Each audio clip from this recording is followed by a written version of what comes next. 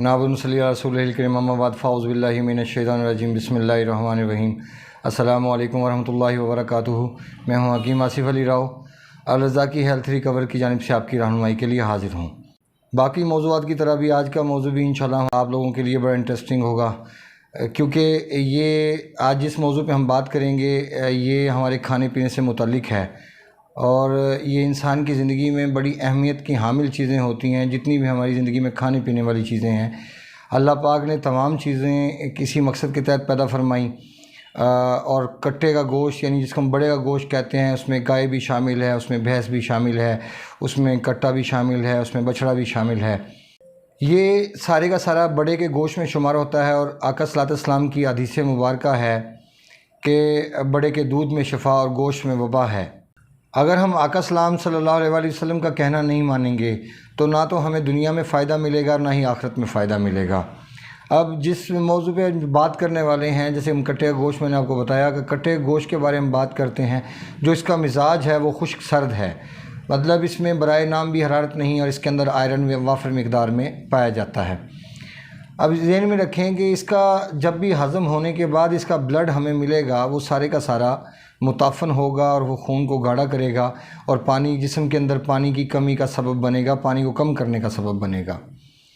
अब जब हम खुश्क सर्द कैफियत की बात करते हैं तो इसका मतलब ये होता है कि इंसान के दिल का ताल्लुक़ इंसान के नर्वस सिस्टम के साथ तो मौजूद है, लेकिन एपिथेलियल सिस्टम का ताल्लुक़ बीच में नहीं रहा।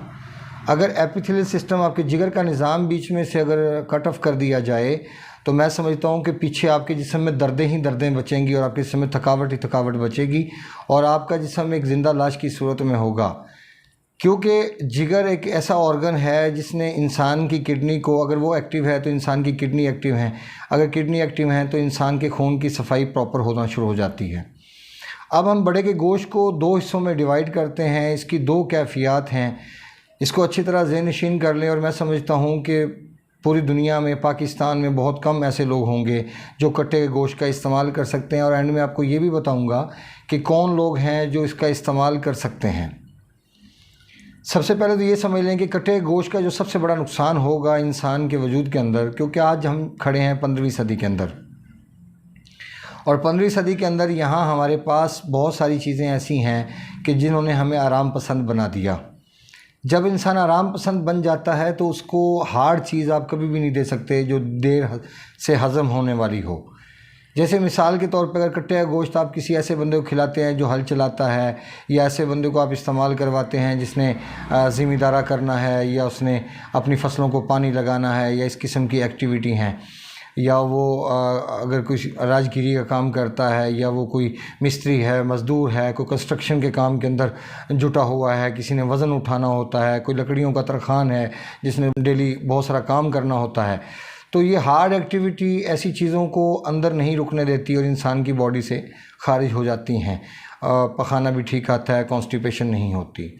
लेकिन जब इंसान ऐसी कंडीशन में इन चीज़ों का इस्तेमाल करता है, जैसे कट्टे का गोश्त है, ये एक ऐसा पॉइज़न है कि अगर किसी इंसान के वजूद के अंदर हल्की सी खुश्की पहले से ही मौजूद है, मैं आपको फिर बता रहा हूँ कि सिर्फ हल्की सी तेज़ाबियत या हल्की सी एसिडिटी, हल्की सी खुश्की सर में सिकरी होती है जैसे मिसाल के तौर पे, या जिस्म पे ख़ारिश मौजूद है, तो ऐसी हालत के अंदर कट्टे गोश्त का इस्तेमाल बीमारी को बढ़ाने का सबब बनेगा, ना कि कम करने का। अगर हम नफ्सियाती कैफियत से इसका जायज़ा लेते हैं कि कट्टे गोश्त खाने के बाद इंसान की नफ्सियाती कैफियत क्या होगी, क्योंकि दुनिया में हर चीज़ अपनी जो कैफियत है वो खाने के बाद इंसान के ऊपर उसके असरात रूनुमा ज़रूर होते हैं। जैसे मिसाल के तौर पे अगर इंसान कोई खट्टी चीज़ खाता है, उसके बाद अगर उसका गला ख़राब होता है तो फिर उसको पता चलता है कि मैंने खट्टी चीज़ खाई थी तो मेरा गला ख़राब हो गया। एक फितरी बात है कि जब इंसान कोई भी चीज़ खाएगा तो उसका पॉजिटिव या नेगेटिव जो भी है वो सामने आएगा। कट्टे के गोश्त के बारे में आका सल्लल्लाहु अलैहि वसल्लम का जो फरमान था वो मैंने आपको बता दिया, क्योंकि इसकी वजह ये बनती है कि ये दिल के ऊपर दबाव को बढ़ाने का सबब बनता है और आपके खून को गाढ़ा करने का सबब बनता है, जिसकी वजह से आपका जिगर एक्टिव नहीं रहता। तो फिर आपकी नफ्सियात में क्या चीज़ें वाले होता है, आपकी सोच बैड हैबिट की तरफ जाती है। अगर कोई जवान बच्चा है वो बैड हैबिट की तरफ जाएगा। अगर कोई इंसान ऐसा है कि जो पहले से ही शौकीन मिजाज है या उसकी नेचर के अंदर ऐसी चीज़ें मौजूद हैं कि वो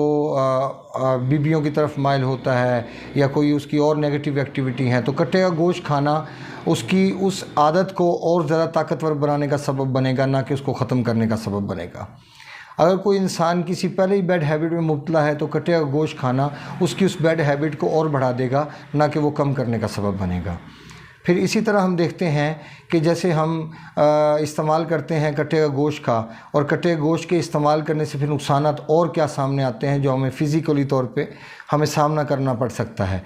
जैसे कि मैं बता चुका हूँ कि खून को गाढ़ा करने का सबब बनते हैं, उसके अलावा ट्यूमर को पैदा करने का सबब बन सकता है, उसके अलावा और जिस्म में ख़ारिश को पैदा करने का सबब बन सकता है, इसके अलावा बैड कोलेस्ट्रॉल को बढ़ाने का सबब बन सकता है, इसके अलावा पेप्टिकल अल्सर को पैदा करने का सबब बन सकता है, इसके अलावा ये कैंसर को पैदा करने का सबब बन सकता है, जो सबसे हैवी और डेंजर सूरत हाल होती है जब इंसान का खून बिल्कुल क्लॉट हो जाए और वो जाम होना शुरू हो जाए, जमना शुरू हो जाए, तो ये कैंसर की सूरत हाल होती है। और ऐसा तब होता है कि जब आपके खून के अंदर बदस्तूर पानी कम होता चला जाए और खुश्की और तेज़ाबियत बढ़ते बढ़ते इस हद तक पहुँचे कि वो आपके खून को मुकम्मल तौर पर गाढ़ा कर दे।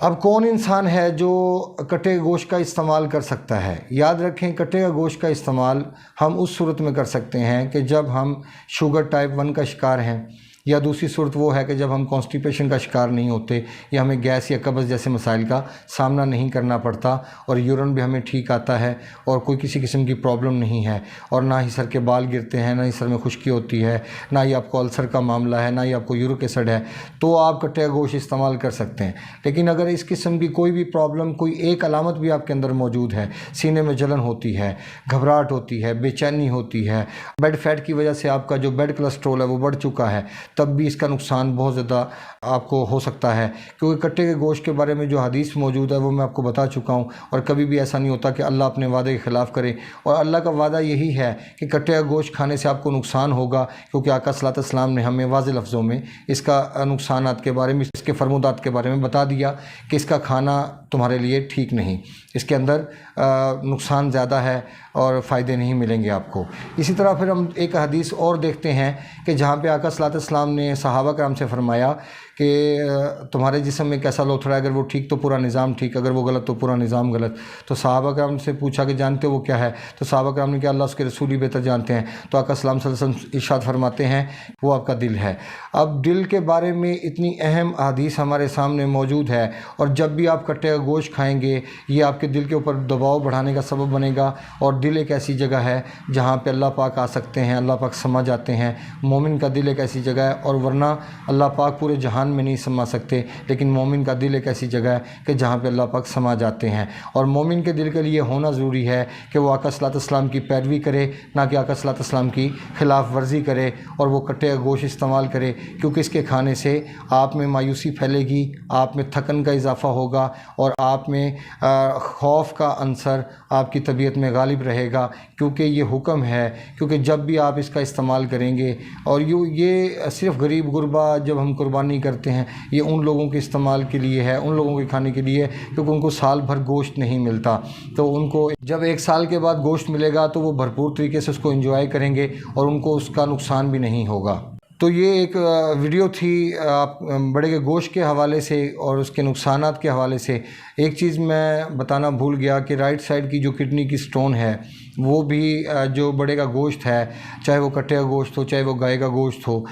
याद रखें कि जो हमारी राइट किडनी की स्टोन है इसमें भी इसका बड़ा अहम किरदार होता है कि जो इंसान बड़े गोश्त का इस्तेमाल करता है उसको राइट किडनी की स्टोन के होने के चांसेस बहुत ज़्यादा बढ़ जाते हैं। ये एक मुकम्मल वीडियो थी बड़े गोश्त के हवाले से, जिसमें कोशिश की गई कि शॉर्ट टाइम के अंदर तमाम चीज़ों को एक्सप्लेन किया जाए, लेकिन मुमकिन नहीं कि इतने से वक्त में इसका मुकम्मल अहाता किया जा सके। और अपने दोस्त अहबाब का ख्याल रखें। मिलते हैं इंशाल्लाह मज़ीद इन्फॉर्मेटिव वीडियो के साथ। हमारे चैनल को सब्सक्राइब करें, बेल आइकन को प्रेस करें, कमेंट सेक्शन में अपनी राय से ज़रूर आगाह करें। वमा अलैना इल्लल बलागुल मुबीन। अस्सलामु अलैकुम वरहमतुल्लाहि वबरकातुहू।